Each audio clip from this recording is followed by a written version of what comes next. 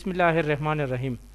आज का हमारा लेक्चर कंटिन्यूएशन है पिछले लेक्चर का, जिसमें हमने स्टैंडर्ड नॉर्मल डिस्ट्रीब्यूशन से पहले एम्पेरिकल रूल के बारे में पढ़ा था, जिसमें हमने कहा था कि फर्स्ट स्टैंडर्ड डिविएशन हमारे पास जो है वो 68% ऑफ द डेटा का होता है, सेकंड स्टैंडर्ड डिविएशन 95 होता है और थर्ड स्टैंडर्ड डिविएशन 99.7 का होता है। ये चार्ट आपको नज़र आ रहा होगा और इसमें अगर आप देखें तो आपके पास एक बाकायदा ये एक्स एक्सिस है, ये नीचे वाला, जिसमें 33, 44, 55, 66, 77 ये नंबर लिखे हैं, और ये जो वर्टिकल यानी सीधा लाइन ऊपर की तरफ जा रहा है ये वाई एक्सिस है। इस पे आपको एक कर्व नज़र आ रही होगी, ठीक है, और ये कर्व जो है बुनियादी तौर पे डिफरेंट सेक्शंस में डिवाइड हुआ है। ऊपर आपको डेटा में बताया गया है कि इस डेटा में हमारे पास मीन जो है वो 66 है और स्टैंडर्ड डिविएशन हमारे पास 11 है।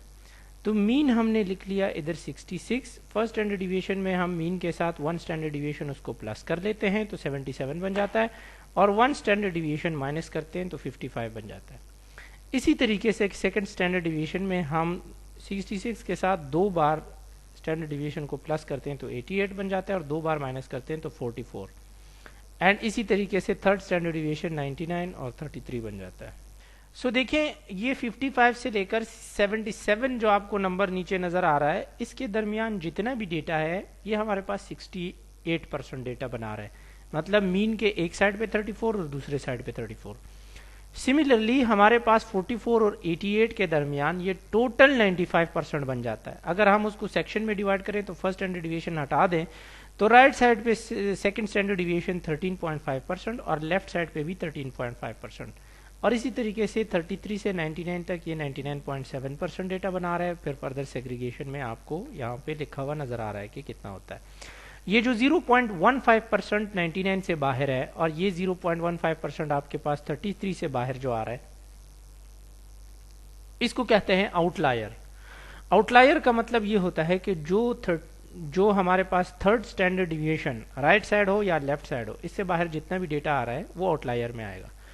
दूसरा ये है कि हमारे पास नॉर्मल डिस्ट्रीब्यूशन कर्व की जो हम प्रॉपर्टीज पढ़ते हैं, तो इसमें एक प्रॉपर्टी ये है कि ये एसिम्प्टोटिक होगा। एसिम्प्टोटिक का मतलब ये है कि हमारे पास राइट साइड पे और लेफ्ट साइड पे जो कर्व की आखिरी एंडिंग्स होती हैं, आखिरी जो लाइन खत्म जहां होती है, वो कभी भी नीचे एक्स एक्सेस वाली लाइन को टच नहीं करेगी, बल्कि ये देखिए ये हॉरिजॉन्टली इसके साथ पैरेलल मूव करना शुरू कर गई है।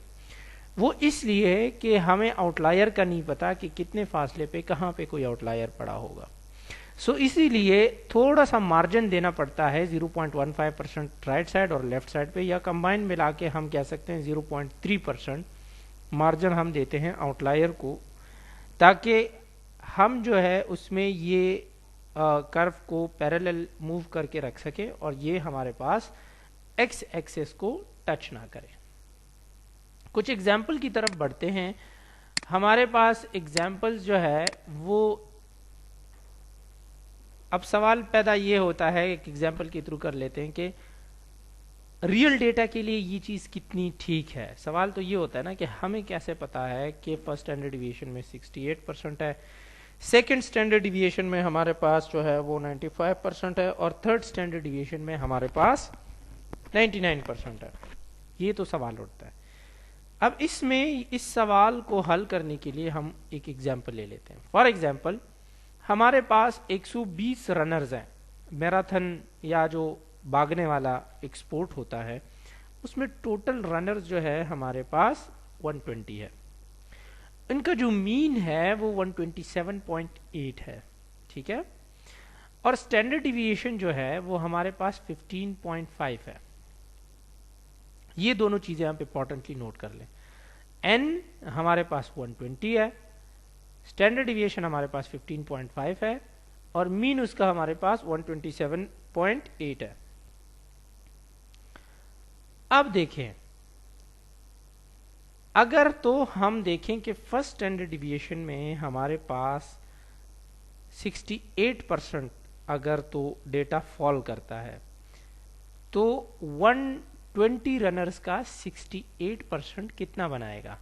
सो हम जो है 120 लिख लेते हैं और इसका परसेंटेज अगर हमने मालूम करना है कि 120 में 68% अगर हम निकालें तो वो कितने बनते हैं। सो हम 68 को डिवाइडेड बाय 100 कर लेते हैं, क्योंकि जब भी हमें किसी नंबर का परसेंटेज निकालना होता है तो आपको पता है कि हम उसके साथ 100 मल्टीप्लाई कर लेते हैं, ठीक है। सिमिलरली जब हमने उससे परसेंटेज का सिंबल हटाना है तो हम डिवाइडेड बाय 100 कर लेंगे। सो 68 को हमने डिवाइडेड बाय 100 किया तो हमारे पास आया 0.68। अब ये 0.68 जो है ये हमारे पास क्या है, इस परसेंटेज से हट गया, क्योंकि अब ये बन गया प्रोबेबिलिटी में। क्योंकि हमारे पास प्रोबेबिलिटी का कॉन्सेप्ट ये बता रहा है कि ये नॉर्मल डिस्ट्रीब्यूशन कर्व जो है ये बिल्कुल लेफ्ट साइड से जब शुरू होता है और इस तरह मूव करके हुए राइट साइड के एंड तक जाता है, तो इसके अंदर जितना एरिया फॉल कर रहा है that is equal to 1। So means ये 0 से 1 का एरिया प्रोबेबिलिटी के कॉन्सेप्ट में, जब हम प्रोबेबिलिटी को पढ़ेंगे तो उसको आप समझ लेंगे। और अगर हम परसेंटेज के कॉन्सेप्ट में पढ़ेंगे तो हम कहते हैं 0% से 100% डेटा इस पूरे नॉर्मल डिस्ट्रीब्यूशन कर्व के अंदर अंदर आ रहा है, ठीक है। सो इसीलिए चूंकि हम परसेंटेज में एम्पेरिकल रूल करते हैं, लेकिन यहाँ पे हमें प्रोबेबिलिटी के कॉन्सेप्ट में चेंज करना पड़ेगा। सो हमें परसेंटेज का साइन हटाना होगा, और इसके लिए हमारे पास 68 को हम डिवाइड करते हैं 100 पे। सो हमारे पास ये बन जाता है 0.68। इसको हम सैंपल साइज के साथ मल्टीप्लाई करते हैं तो हमारे पास वो वैल्यू बन जाती है 82 या ऑलमोस्ट 82.3 या इस तरह का कुछ आ रहा है। सो राउंड ऑफ कर लेते हैं, क्योंकि हमें तो होल नंबर चाहिए। रनर को तो हम हाफ काउंट नहीं कर सकते, या पूरा काउंट करेंगे या बिल्कुल काउंट नहीं करेंगे। सो अगर 0.5 से जैसे कम आता है तो उसको राउंड ऑफ करके छोटा नंबर सेलेक्ट करते हैं। तो यहाँ पे हमारे पास राउंड ऑफ करके हमारे पास इक्वल टू 82 रनर्स आया। सो ये तो ये कह रहा है, लेकिन अगर हम इन एक्चुअल देखें तो इसका मतलब भी यही है कि हमारे पास टोटल 79 रनर्स जो है वो फर्स्ट स्टैंडर्ड डिविएशन, अगर तो मीन हमारे पास 15.5 पाउंड्स हैं उसके हिसाब से, तो ये फर्स्ट स्टैंडर्ड डिविएशन के अंदर अंदर फॉल कर रहे हैं। और इसका हमें पता चले कि कैसे पता चलेगा कि हमारे पास ये डेटा में इधर देखिए स्टैंडर्ड डिविएशन हमारे पास 15.5 थी।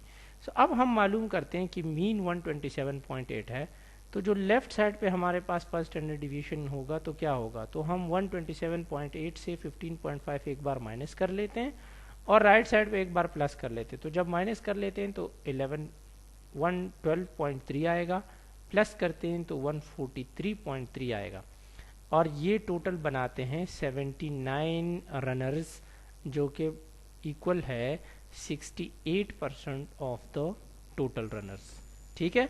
सो इस तरह हमें पता चला कि 68% जो है वो कितने रनर के बराबर बनते हैं, वो 79 रनर के बराबर बनते हैं, और ये हमारे पास फर्स्ट स्टैंडर्ड डिविएशन में फॉल कर रहे हैं। देखिए फॉर सपोज अगर हम सेकंड स्टैंडर्ड डिविएशन मालूम करना चाहते हैं तो हमें पता है कि जितना डेटा हमारे पास है उसमें 95% ऑफ द डेटा वो सेकंड स्टैंडर्ड डिविएशन के अंदर अंदर आता है। यहाँ तक आप सबको पता है।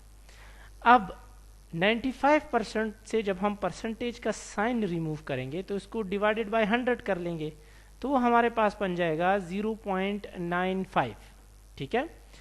अब उसके साथ हम ये मीन, वो जो हमारे पास टोटल सैंपल साइज है 120 मल्टीप्लाई कर लेंगे, क्योंकि हमें नंबर ऑफ रनर मालूम करने हैं। तो हमारे पास जब ये मल्टीप्लाई होगा तो ये आएगा 114 यानी 114। अब इनफैक्ट 114.7 या 114.6 का जो नंबर आ रहा है, सो इसको हम राउंड ऑफ करके 115 कर लेते हैं, और हमें पता चलता है कि 115 रनर हमारे पास सेकंड स्टैंडर्ड डिविएशन के अंदर अंदर आ रहे हैं। अब हमें जब सेकंड स्टैंडर्ड डिविएशन की वैल्यू मालूम करनी है तो हमें तो पता है कि मीन जो है वो हमारे पास 127.8 है। सो हम क्या करते हैं, स्टैंडर्ड डिविएशन हमारे पास 15.5, आपको एग्जाम्पल में बताया गया, यहाँ पे देखें 15.5।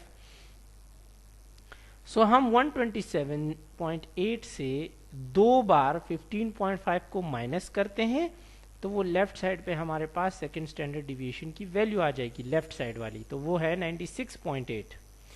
और इसी तरीके से मीन के साथ जब हम 2 बार स्टैंडर्ड डिविएशन की वैल्यू को प्लस करते हैं, यानी 127.8 के साथ हम 15.5 को 2 बार प्लस कर लेते हैं तो हमारे पास वैल्यू आ जाएगी 158.8, और ये हमारे पास सेकंड स्टैंडर्ड डिविएशन की वैल्यू आ जाएगी राइट साइड पे। और हमें पता चलेगा कि वो लोग जिनका वेट जो है वो 96.8 पाउंड से लेकर 158.8 पाउंड तक है, वो लोग सेकंड स्टैंडर्ड डिविएशन के दरमियान फॉल करेंगे। मतलब वो लोग 95% लोग हैं जिनका वेट 96.8 पाउंड से लेकर 158.8 पाउंड तक है, और उनकी टोटल तादाद जो है वो 114 है। सो थर्ड स्टैंडर्ड डिविएशन में हम ये देखते हैं कि 99.7% लोग जो है वो इस डेटा के हिसाब से कितने लोग बन रहे हैं, उनका वेट कितने से कितने के दरमियान आएगा, और वो हमारे पास जो है थर्ड स्टैंडर्ड डिविएशन में आएगा या नहीं आएगा। सो हमें पहले तो 99.7% से जब परसेंटेज का साइन ख़त्म करना होता है तो हम डिवाइडेड बाय 100 कर लेते हैं, तो ये हमारे पास बन जाएगा 0.997। इसके साथ हम सैंपल साइज को मल्टीप्लाई करते हैं तो हमारे पास बन जाएगा 119.6। तो देखें, हम ऐसे नहीं कर सकते कि आधे रनर को लें और आधे को ना लें, हम इसको राउंड ऑफ कर लेते हैं क्योंकि हमारे पास 0.5 से ज़्यादा का नंबर है, 119.6 है। तो चूंकि 0.5 से ज़्यादा हुआ तो हम इसको राउंड ऑफ वैल्यू करके 120 बना लेते हैं। तो देखें 120 रनर्स जो है वो हमारे पास थर्ड स्टैंडर्ड डिविएशन के दरमियान फॉल कर रहे हैं, जो कि 99.7% डेटा बना रहा है।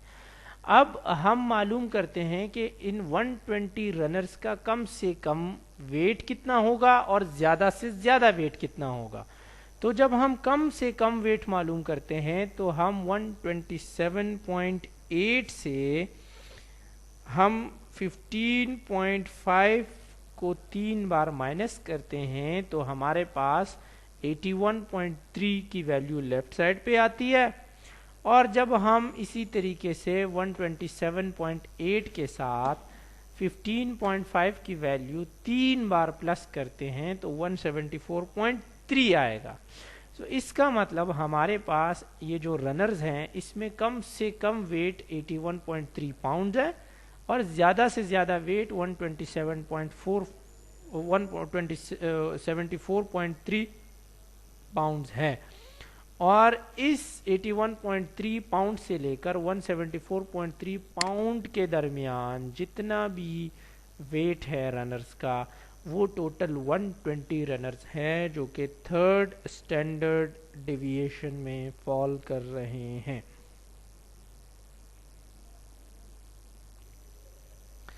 अच्छा जी, चलें एक और एग्जाम्पल कर लेते हैं। एग्जाम्पल ये है कि आप सपोज कर लें सैट एग्जाम हुआ है, ठीक है। ये एक एग्जाम है, अमेरिकन जो स्कूलिंग सिस्टम है उसमें होता है, और उसमें उन्होंने कहा है कि ये जो सैट स्कोर आए हैं स्टूडेंट के वो रफली जो है नॉर्मल डिस्ट्रीब्यूशन की तरह दिख रहे हैं कॉलेज स्टूडेंट की पॉपुलेशन में, जिनकी रेंज जो है वो रिस्ट्रिक्टेड थी 200 से लेकर 800 तक। मतलब जो हमारे पास स्कोर थे उसमें कम से कम जो है वो स्टूडेंट 200 स्कोर कर सकता था और ज्यादा से ज्यादा 800 स्कोर कर सकता था, ठीक है। अब उन्होंने कहा है कि ऑन एवरेज यानी मीन जो सैट स्कोर था वो 500 था और उसका स्टैंडर्ड डिविएशन वो 50 था। तो एक क्वेश्चन इनका ये है कि what % of the students will have SAT score between 450 and 550। मतलब कितने % स्टूडेंट ऐसे होंगे जिनका स्कोर 450 से लेकर 550 के दरमियान है। बहुत इजी है, आप सब समझ गए होंगे, ठीक है।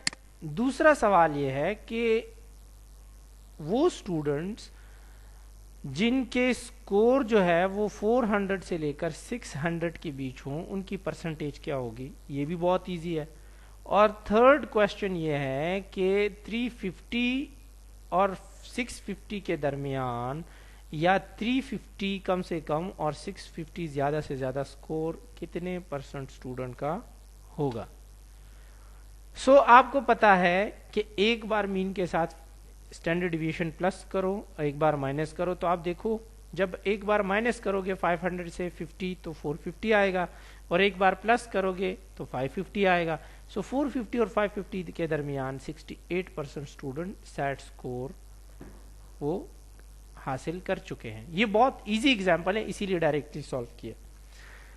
दूसरा, आप सेट स्कोर जो 500 है इससे 2 बार मीन को माइनस करें तो वो आपके पास 400 बन जाएगा, और 2 बार प्लस करेंगे तो 600 बन जाएगा। और वो second standard deviation empirical rule के हिसाब से बनेगा, जिसमें 95% स्टूडेंट हमारे ऐसे होंगे जिनका स्कोर 400 से लेकर 600 के बीच होगा। एंड थर्ड स्टैंडर्ड डिविएशन कि आप 3 बार 50 को माइनस करेंगे तो 350 बन जाएगा, और 3 बार प्लस करेंगे तो 650 बन जाएगा, और टोटल स्कोर हमारे पास 99.7% बनेगा।